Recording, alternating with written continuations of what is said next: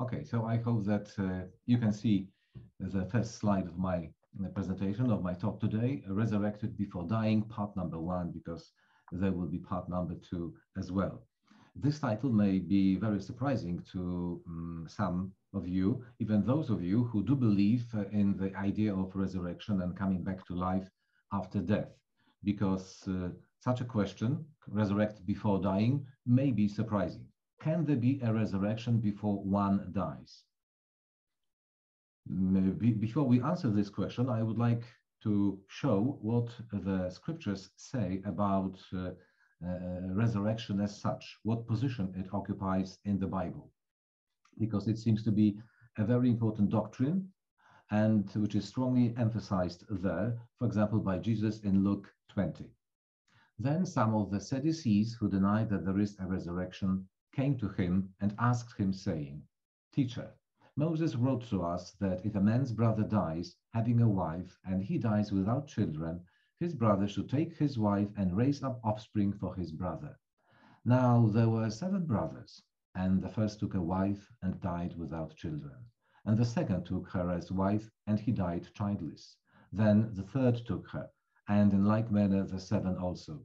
And they left no children, and died. Last of all, the woman died also. Therefore, in the resurrection, whose wife does she become? For all 7 had her as wife." And Jesus answered and said to them, "The sons of this age marry and are given in marriage. But those who are counted worthy to attain that age and the resurrection from the dead, neither marry nor are given in marriage, nor can they die any more, for they are equal to the angels and are sons of God, being sons of the resurrection. But even Moses showed in the burning bush passage that the dead are raised when he called the Lord the God of Abraham, the God of Isaac, and the God of Jacob. For he is not the God of the dead, but of the living, for all live to him." Despite such definite and clear words from Jesus himself and other Bible writers, for example, from Paul in the 1st Corinthians, the vast majority of Christians do not feed themselves with the hope of a future resurrection, as we know very well. They don't find any comfort in it as to themselves or their loved ones, preferring to it Satan's error on human immortality, preferring it to the sound and logical teaching of the Bible. That's the result of all those different blinding and stupefying effect of nominal church error spread by Satan and his teachers in the nominal church. Different fantasies as to the whereabouts of the soul after death. And the Bible teaching is very, very simple, logical, and beautiful. It says that after we die, we do not live on, and that as long as we remain dead, we are not alive. And the only hope is something interrupting that condition of sleep in the future. That's the only hope that the Bible gives us. And according to the same Bible, that something is already in place. And that something will effect the miraculous bringing of the dead back to life based on Jesus' ransom, because that something is Jesus and his ransom and his death. He died for all people. And as a man, as a human being, went down to the grave to take our place in the grave, to be put in that coffin where dead people are usually put, so that one day we could leave both the coffin and the grave, with Jesus as a human being forever remaining in that grave as our replacement, because that's what he is. And I know that putting things like that, showing people or making them understand that Jesus takes their place in the grave, in the coffin, that helps them realize what a ransom really is and what it is that he did for all of us. Jesus takes our place in the grave so that we can leave that grave and live again. And that's the whole theory of the ransom, redemption. Because our first parent, father, sinned, and as a result, he was condemned to death, and genetically we have that condemnation, that sentence to death in our genes. And Jesus takes over the punishment, and as a human being remains and in death, in the grave forever, instead of the human family. So there we have the teaching of the Bible on resurrection. Now we can go back to our original question. Can there be a resurrection, any kind of resurrection before one dies? Or is that traditional view of resurrection the only one that exists? What is that traditional view? According to the traditional understanding, resurrection comes after one's death. That's what people usually associate resurrection with. You die, and only later, after you die, can you be resurrected. And we, as the Lord's people, I think also often tend to think that way, that resurrection is something ahead of us, something in the future, something for which we are waiting. And we associate it with that future event. But if there is an earlier resurrection before we die, and if we should be taking part in that resurrection and we are not, because we are not aware that it is taking place right now, then of course we are missing out. And it can be catastrophic because if something like that, a resurrection, is taking place during our lifetime before we go into the grave, that means that without being aware of it, we are not taking part in it. We are not cooperating with God in it. And the result, of course, cannot be any other but dramatic, because we cannot be saved without being aware we are being saved, without our cooperation in that process. So it is a very important question to ask and to find an answer to. Can there be a resurrection before one dies? Yes, there can. There can be, and there is a resurrection before one dies, if we take the biblical meaning of resurrection hinted at by Jesus in Luke 20. That's what he said. Those who are counted worthy are to attain that age and the resurrection from the dead, neither marry nor are given in marriage, nor can they die any more, for they are equal to the angels and are sons of God, being sons of the resurrection. In both cases, resurrection comes from the Greek word anastasis. If being resurrected means being worthy to attain the future age by becoming equal to the angels, of course, we do not understand him to mean equal to the angels in all respects, but only with respect to marrying and being given in marriage, because that was the question Jesus was asked, and that was his answer to the question. He used resurrection to answer the question about whose wife that woman would be in the resurrection. And so with respect to marrying and being given in marriage, they're equal to the angels. And if they are sons of God, that can die no more. So if being resurrected means that all that, Jesus meant much more than just once being awakened from the grave, because being awakened from the grave of itself cannot make anyone equal to the angels, cannot make anyone a son of God. The mere awakening or being awakened from the grave doesn't do that much, doesn't change so much about human beings to make them equal to the angels. So he must have meant much more by saying about resurrection here. He must have meant the whole process of one's recovery from or being raised out of sin and imperfection. Recovery from imperfection, being raised out of sin, out of imperfection, back into sinlessness and perfection. And that is the regular meaning of the Greek anastasis. It means standing again, rising up again, back to the condition opposite of death, out of physical, mental, moral, religious, and artistic degradation, which is a long-lasting process, a life-lasting process, not an instantaneous act. This Greek word anastasis is used in the New Testament 42 times, and all of its occurrences are always in the same meaning of full recovery, a complete rising out of imperfection and sinfulness back into sinlessness and perfection. That's why in answering that question about that woman with many husbands, Jesus said that they will be in this respect equal to the angels, but those who will be worthy to attain that age and the resurrection from the dead, who will be worthy to become fully resurrected, fully perfect and sinless. The mere being awakened from the grave is not the biblical idea of resurrection, even though sometimes we use it technically, the word resurrection, as being as well, referring to the process, to the act of awakening somebody from the grave. But if you want to be precise, the biblical idea of resurrection, anastasis, is this complete restanding back to perfection.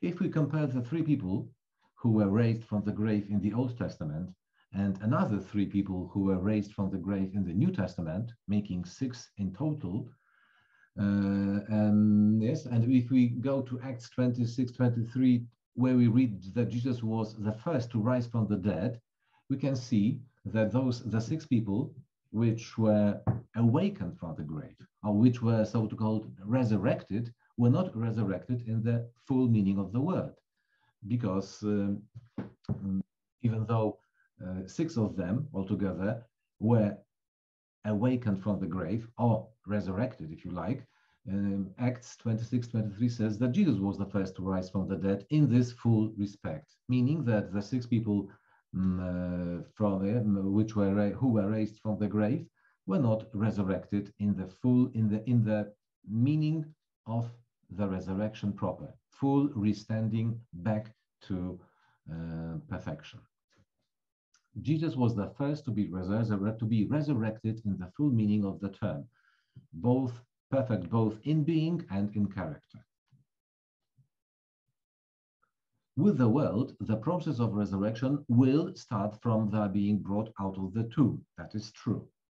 The act of awakening people from the grave is God's, or will be God's part and responsibility, and he will do it without fail. He will do it without man's cooperation. But the process of being raised to full perfection requires our close cooperation with God and Jesus. It requires our close cooperation and requires anyone's close cooperation, and everybody and anyone who in this life or in the future, after being awakened or brought out of the tomb, wants to be resurrected. Our full cooperation is required, because God, Jesus, cannot do it without us and with our full cooperation. It is so dependent upon us. I mean, this restanding back to full perfection, it is so dependent upon us that should we fail to do our part, the final outcome will fall short of perfection, because they cannot save us to eternal life against our will or without our full and obedient cooperation. Our words, no matter how lengthy, how beautiful, how pathetic they may be, are not enough. So it's not enough to say, yes, Lord, raise me out of imperfection in my sleep, so that in the morning I may be fit to live eternally. It will never happen like that. Even if we want it, we have to work for it. We have to work up, to go up that ladder. What is indispensable is our actions, our own best efforts to climb up to the top of this perfection ladder, which is plainly put in the Bible, for example, in Hebrews 5:9, and having been perfected, that's about Jesus, he became the author of eternal salvation to all who obey him. And this obey him is sometimes missed, sometimes left out of the picture, and Jesus is seen as a savior who will do the job for us or for people and will save them, whether they like it or not, whether they cooperate or not, whether they do their best or what their part or not. So he becomes the author of eternal salvation, because the salvation meant here is not only of the Adamic condemnation, it is eternal salvation to eternal life. He is that author, yet he will do it to all who obey him, 100% obey him. So the world will start their resurrection process from being awakened from the tomb. Yeah, that is true. They will start it from being awakened from the tomb. Now, is it the same with us, the Lord's people, in this life, in this age? People who come to God through Jesus in this life? Do we wait with our resurrection until the future awakening hour together with the world? If we do, it means that we do not now belong to the Lord, but to the world, because the world is really waiting for their resurrection in the future. And it will start, their process of resurrection will really start from their being awakened from the tomb. But is it the same with us, the Lord's people? It's not. Here is the thing. Anyone who aspires to be of the Lord's people must start and carry out his or her resurrection now, in this life. Why? Because the resurrection of the Lord's people starts today, not in the future. That's the thing to remember. The resurrection of the Lord's people, or our resurrection, because we are considered to be, and we consider ourselves to be the Lord's people, some of them. Our resurrection starts today, not in the future. So, in other words, we are being resurrected every day. Every day of our lives, we are being resurrected. It's an ongoing process. Even as we are now, I am speaking and you are listening to me, we are being resurrected. Of course, that is probably not maybe the most important element of our resurrection, because it's our everyday life and what we do in it that is our resurrection or not, our reaction to different things in life. But it's also ongoing. It's also in the process of happening, taking place while I am speaking and you are listening. It is typical, this kind of resurrection, starting in this life before death, is typical only of the Lord's people. It is not known to or experienced by, nor will ever be known to or experienced by anybody else. And it's only typical of the Lord's people, peculiar to the Lord's people. So does it start in this life before dying? What kind of resurrection can it be then? It is the resurrection in character, rising out of the condition of sinfulness to the condition of sinlessness. That's what it is. But can we start to be resurrected without dying first? Someone may ask. No, we cannot. First, we must die, and only after we die can we start to be resurrected. As simple as that. It cannot be the other way around. It would be illogical, against nature. Yes, so first we must die, and after that, we can start to be resurrected. How then do we, as the Lord's people, die in this life so as to start being resurrected still in this life? We die at the moment of our consecration to God. I hope that everybody remembers that the moment of consecration, of our consecration, way back in the past, was also the moment of our death, a kind of death. Yes, we will proceed to that in a minute. How so? How does it happen? By considering how do we die, or how did we die at the moment of consecration? By considering ourselves to be dead to what we have been so far as humans. That's the kind of death that takes place at consecration, at one's consecration to God. Such a person considers himself or herself dead to what he or she has been so far as a human being. Dead to our human wills, ambitions, priorities, plans, values, dreams, motives, lifestyle, mindset, likes and dislikes, etc. And because that's not the end, that was only point number one, this considering ourselves to be dead. Number two, by simultaneously starting to live our life differently, no longer according to our will and perception of things from the past, or as in the past, but according to the will and perception of things of God and Christ, whose will, ambitions, priorities, dreams, motives, lifestyle, mindset, and etc. at the moment of our consecration become our own. And what happens with those of our own? They start to be considered dead. They are reckoned dead by us, non-existent, insignificant. We no longer allow them to control or direct our lives, because a drastic change takes place when somebody truly consecrates himself or herself to God and to doing his will. Anyone who consecrates to God through Jesus dies, or at least should die, to his or her own human all, and starts to live on or at least should start to live on according to the will of God, accepted by him or by her as their own. And that is fittingly shown in the symbol of baptism, which is immersion in the water. And that illustrates a lifelong process of the true baptism, with two parallel processes taking place side by side. The first one, constant and continuous dying to the old self. The old self reckoned dead from the moment of consecration, but in reality still very much alive, but because it is considered to be dead, reckoned dead, non-existent, not controlling in our lives, so we are dying to it, or we are dead to it, but only by reckoning it dead. And number two, constant and continuous rising out of the old self with its human affections, ambitions, priorities, desires, plans, values, dreams, likes and dislikes, etc., to a completely new self, which is patterned after God and Jesus, and hence pure and perfect.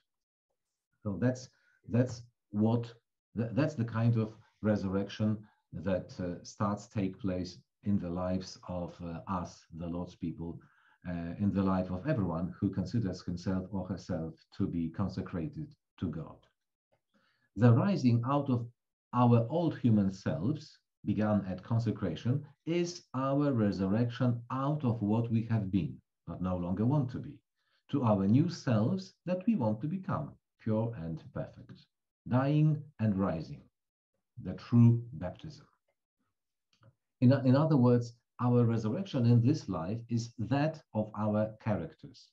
It's a resurrection of our characters, not our bodies. And if our characters are successfully developed or resurrected, we will be given appropriate bodies at the awakening from the grave. And the kind of the bodies that we will be given will depend on the quality of the character developed. So it might be divine, angelic, or human, depending on what kind of character is developed by individual Christians, consecrated to God, invited by God to be candidates, members to this or that class of God's people, elected by him in this life, divine, angelic, or human, because God is selecting all such classes in the gospel age, and we know that now at the very end of the age, it is only human, the human level, but all of them were at work or have been at work during the gospel age. Let's have a look at what the apostle says in 1 Corinthians 15. But someone will say, how are the dead raised up? And with what body do they come? Foolish one, what you sow, and he means our body in death, what you sow, your body in death, because that's what we sow, is not made alive unless it dies. It must die. It will not become alive eternally without dying first. And what you sow, you do not sow that body that shall be, but mere grain. By mere grain, he means character. What you sow in grave, when you die and are buried, you sow mere grain, character developed before you die. Perhaps wheat, spiritual character, or some other grain, earthly character. But God gives it a body as he pleases, and to each seed its own body. Now he introduces the term seed, and by seed he understands the same as by grain. So that is character. He calls it seed now because he wants to show that it doesn't simply wither away in the soil as grain, but becomes seed in that soil and produces a new plant with a body adapted to the kind of grain or seed sown in. That's simple. Depending on the seed we put into the soil, we can expect a plant which will be similar or which will be analogous to that seed, which will correspond to the seed. Yeah? So if you seed a beautiful character worthy of a divine body, you will get a divine body if you sow such a beautiful character into the soil when you die. If it is at a little lower level, you will get another kind of body, maybe angelic, like, for example, the great company did. Or maybe it will be human, like the worthies will receive. Back to back to the quotation from the apostle. All flesh is not the same flesh, but there is one kind of flesh of men, another flesh of animals, another of fish, and another of birds. He mentions 4 different kinds, as you can see. There are also celestial bodies and terrestrial bodies, but the glory of the celestial one is one, and the glory of the terrestrial is another. Here we can see that the apostle breaks the bodies down into 2 planes of existence, or 2 planes of being. There is one glory of the sun, another glory of the moon, and another glory of the stars. For one star differs from another star in glory. So we have here 3 kinds of celestial bodies, with stars further divided into differing single units. One star differs from another star in glory, and we can expect that it can also be said of the suns and the moons. They're not the same, they are not equal in size, in splendor, in glory, but just like one star differs from another, one sun differs from another sun, and one moon differs from another moon. That baptism into the death of the old self, along with the simultaneous rising out of it to a new character in this life, seems to be the thing we tend to lose sight of. And that's why I have created this talk about being resurrected before dying, with a question mark in the title. It seems to be the thing we tend to lose sight of because we tend to think as the world does, yes, that it is all in the future. And the result of this losing sight of this thing, of that baptism is the death and the rising already taking place in this life, it leads to us on many occasions being tempted to live like the world, as if our resurrection was all in the future, like the world's, but it is not. In the case of the Lord's people, in our case, our resurrection starts as early as in this life, here and now, even as we are having this talk at the moment. In the Spirit begotten ones, or with the Spirit begotten ones, this resurrection started and completed here and now, started and completed in this life. In others, or with others like us, like ourselves, it is initiated in this life, and it is much advanced. I prefer to say much advanced because I want this progress to be as high as possible. So it is advanced, hopefully much advanced, with the rest brought to completion under the new covenant.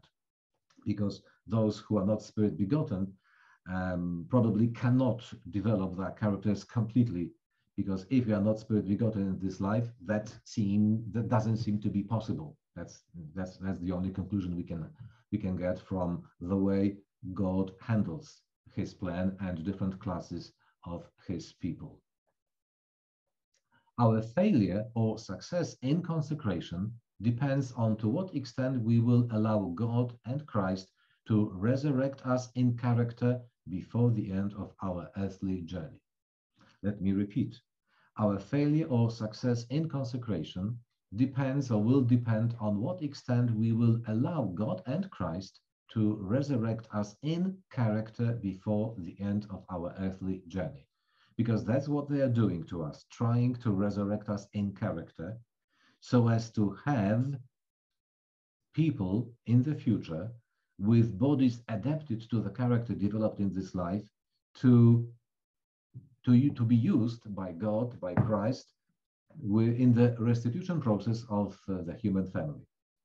And no matter whether our future bodies will be divine, angelic, or just human, we are being prepared, as the Lord's people are being prepared for that in this life.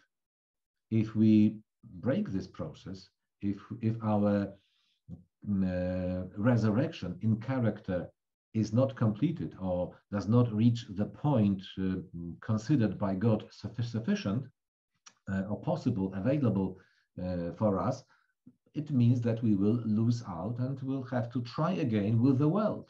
But we are the Lord's people. We have started this path, we have started this way before the world. So if we have started, we should go that way and not stop or turn back to start again with the world. Given that, according to 1 Corinthians 15, at the awakening from the grave, God gives each grain or each seed, meaning each character, the body suitable for the kind of character developed in this life. Let me remind you that it is divine for the little flock, angelic for the great company, and perfect human bodies for the worthies who bring or must bring their characters into harmony with justice, duty, love, as Hebrews 12:23 says, that we are, as where Paul says that we are approaching spirits. Yes, I think King James has it, a spirit of just persons, dispositions of people made righteous.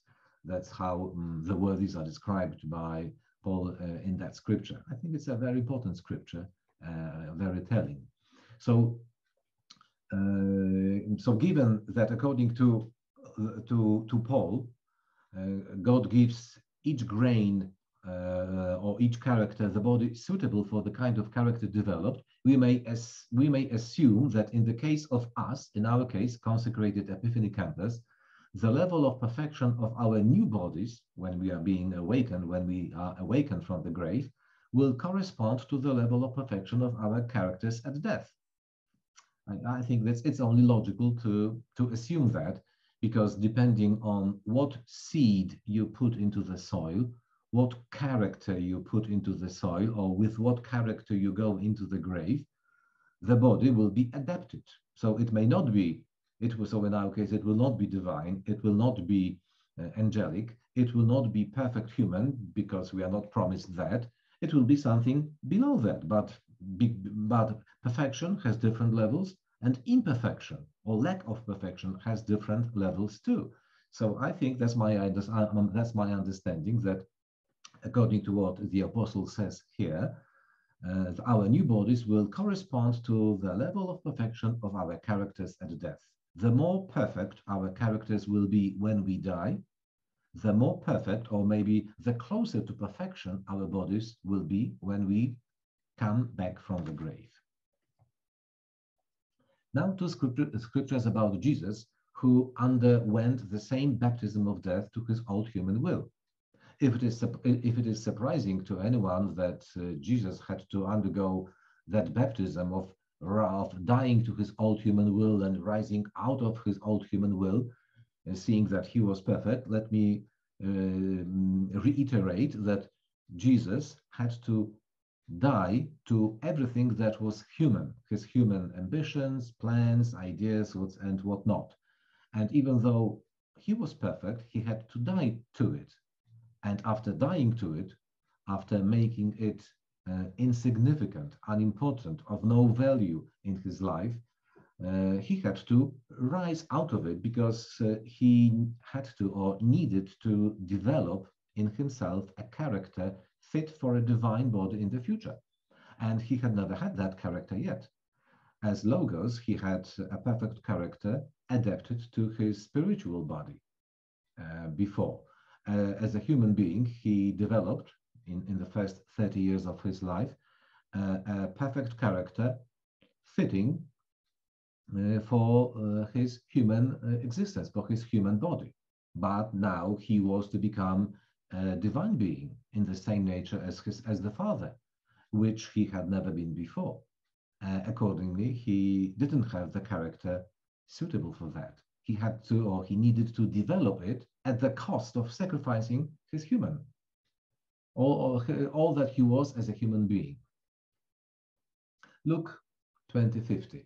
He says, I have a baptism to be baptized with, and how distressed I am till it is accomplished. What kind of baptism? He meant a future baptism, because he says he has a baptism to be baptized with in the future. And he couldn't have met his symbolic baptism in the Jordan, because he uttered these words sometime after his immersion. So his Jordan baptism was already in the past when he said that.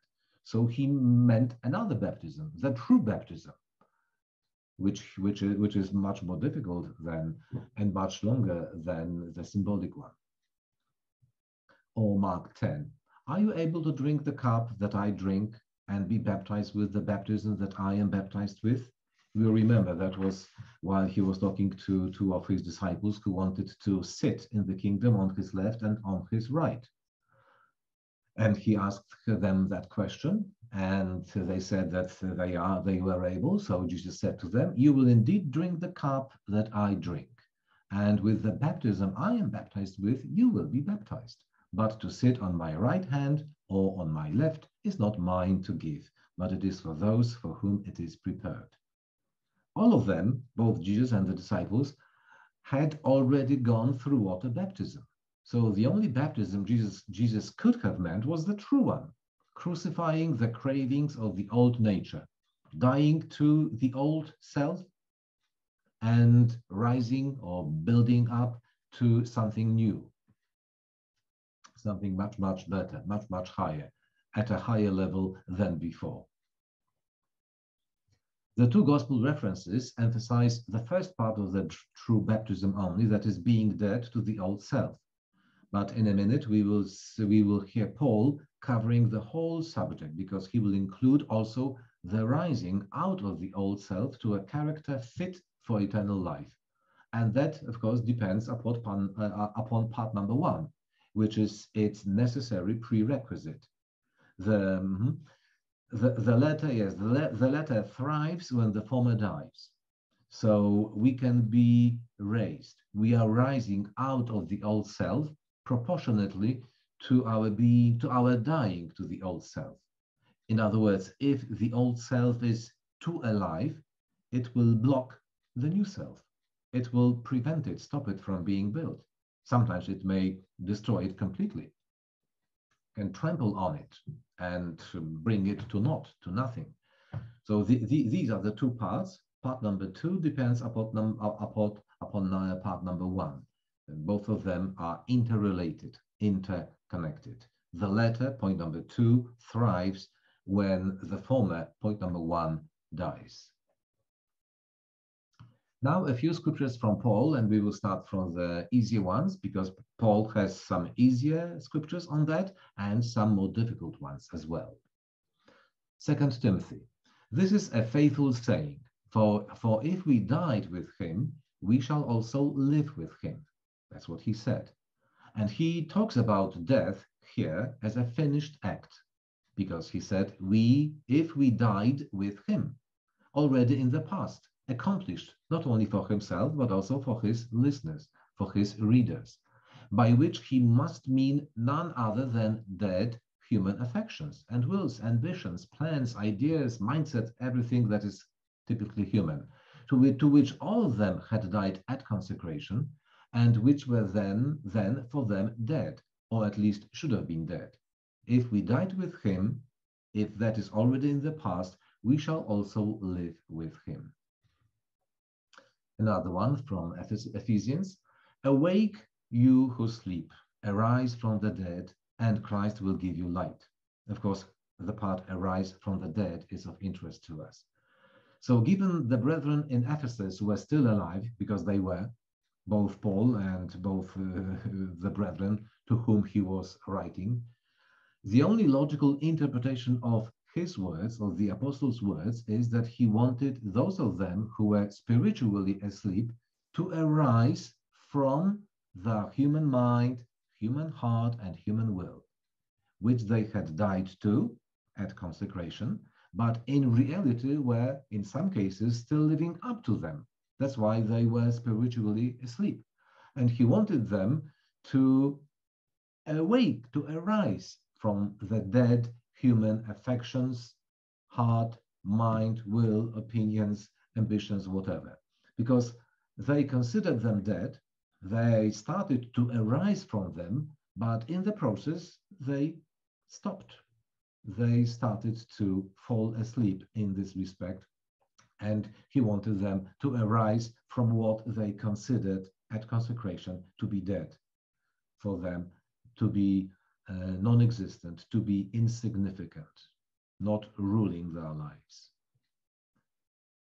Colossians 2, buried with him in baptism, in which you also were raised with him through faith in the working of God, who raised him from the dead. It's a longer one, a little more difficult. So it's getting a little bit more difficult, as I promised it would. Buried with him in baptism, he says, in which you also were raised with him, through faith in the working of God who raised him from the dead. For Paul, baptism is both dying or burying, that's what he says, but also rising. Both elements are present here. What's more, he also says that the being raised is being raised with him from the dead. Yes, in which you were also raised with him, who raised him from the dead. So, in fact, he was saying, or what he was talking about was that they were being raised from Jesus, with Jesus from the dead. How so? How can it be? What kind of rising did the disciples have then in common with the heavenly Jesus? Jesus had already died, had already left the grave, and was back then in heaven. Still, the apostle says that they, the readers of his epistle, were raised with him from the dead.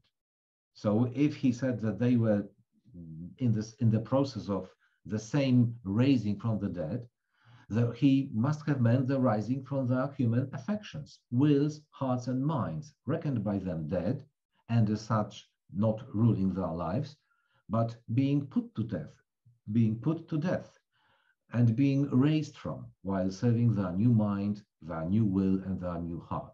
That was the thing they had in common with Jesus. Jesus died to his old perfect humanity and was raised from his old perfect humanity, which he considered to be dead. And in the same way, they died, or yes, were buried, and started to be raised. And the fact that Jesus was in heaven didn't change anything, because that's not what the apostle meant. He didn't mean the being raised with him and going to heaven. He meant the being raised with him from the dead human affections, from which Jesus was also raised. And of course, Jesus progressed much, much further, and he was already in heaven. That was to happen to them too in the future, but Paul speaks here of the things in the past that happened to Jesus and also happened to them. And the only burying and the only raising he might have meant was human wills, hearts, affections, way of life, and things like that. And I think that is the end of part number 1. This subject will be continued in part number 2. Thank you.